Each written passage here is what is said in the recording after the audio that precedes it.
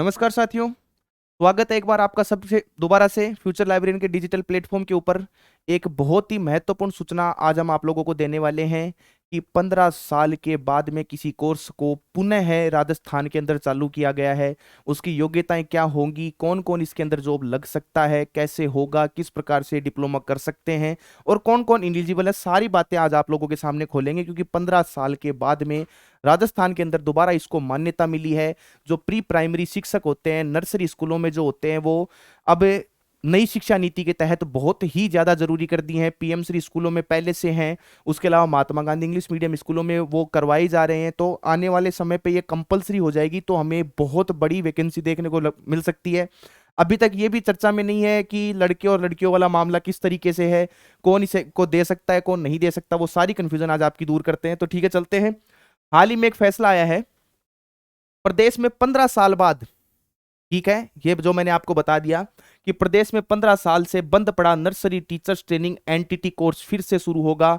सरकार ने इसकी तैयारी शुरू कर दी है। प्रदेश की सभी 34 जिला शिक्षा एवं प्रशिक्षण संस्थानों डाइट में यह कोर्स संचालित किया जाएगा। कहां?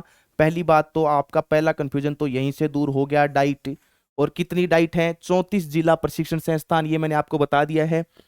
यह कोर्स संचालित किया जाएगा। शिक्षक संघ रेस्टा 12 जिलाध्यक्ष गजराज सिंह ने बताया कि सरकार के निर्देश पर प्रारंभिक शिक्षा विभाग ने डाइट से इस संबंध में जानकारी मांगी है।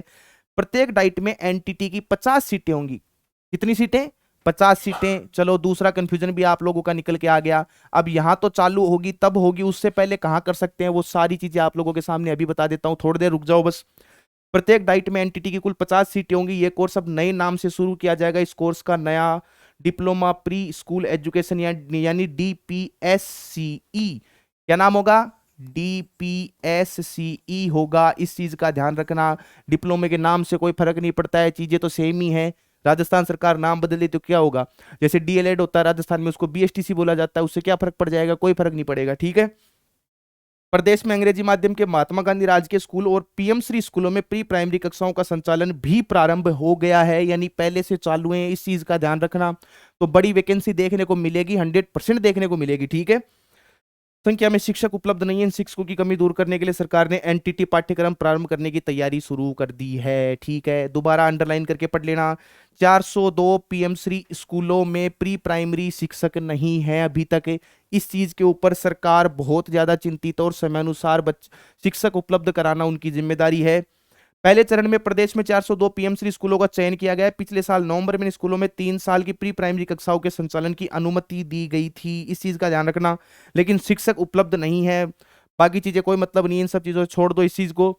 जिस डाइट के पास संसाधन, उन्हें पहले मिलेगी मंजूरी, क्योंकि जो एनसीटी होता है वो आके देखता है कि स्कूल का इंफ्रास्ट्रक्चर सही है या नहीं है, आवश्यक रूप से शिक्षक उपलब्ध है या नहीं। स्कूल के नहीं बता रहा हूं मैं, डाइट के, जहां वो देखेंगे कि इस तरीके से सारे काम हो सकते हैं। उसके बाद डाइट के अंदर ये सारे प्रोग्राम स्टार्ट होंगे। स्टार्ट होने के बाद में आप लोगों को द्विवर्षीय ये डिप्लोमा आप लोगों को करना होगा, और उसके बाद में शिक्षकों की जो भर्ती आएगी उसके अंदर आप लोग कर सकते हो। अभी चालू होने से पहले आप क्या कर सकते हो तो मैं बता देता हूं।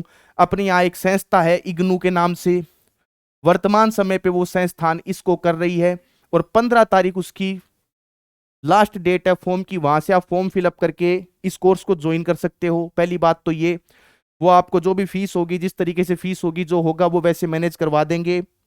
उसके बाद में आप लोगों को वो कोर्स करना है।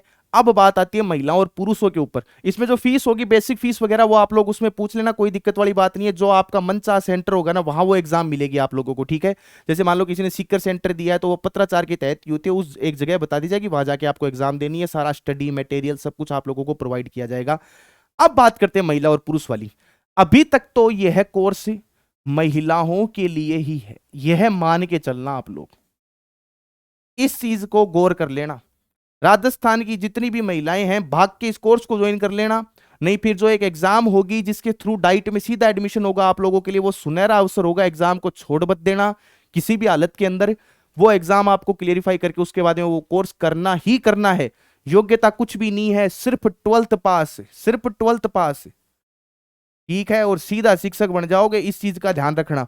अब भविष्य में सरकार क्या फैसला लेती है कि पुरुषों को इसके अंदर अनुमति है या नहीं है, वो तो सरकार जाने, वो तो भविष्य के गर्भ में है, हम तो उसके अंदर कुछ नहीं कर सकते, वो तो सरकारी फैसला लेगी।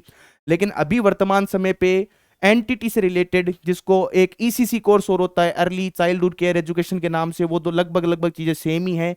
वो द्विवर्षीय डिप्लोमा आप लोगों को करना है। महिलाएं तो स्पष्ट रूप से सुन ले, जरूर जरूर करें। रीट लेवल 1 के अंदर वैसे भी आरक्षण 50% है, यहां और ले लो, कोई आपत्ति नहीं है। बहुत बड़ी भर्ती देखने को मिल सकती है, क्या पता 50,000 तक संख्या पहुंच जाए। ठीक है, सेंटर में भी इसकी वैकेंसी आती रहती हैं।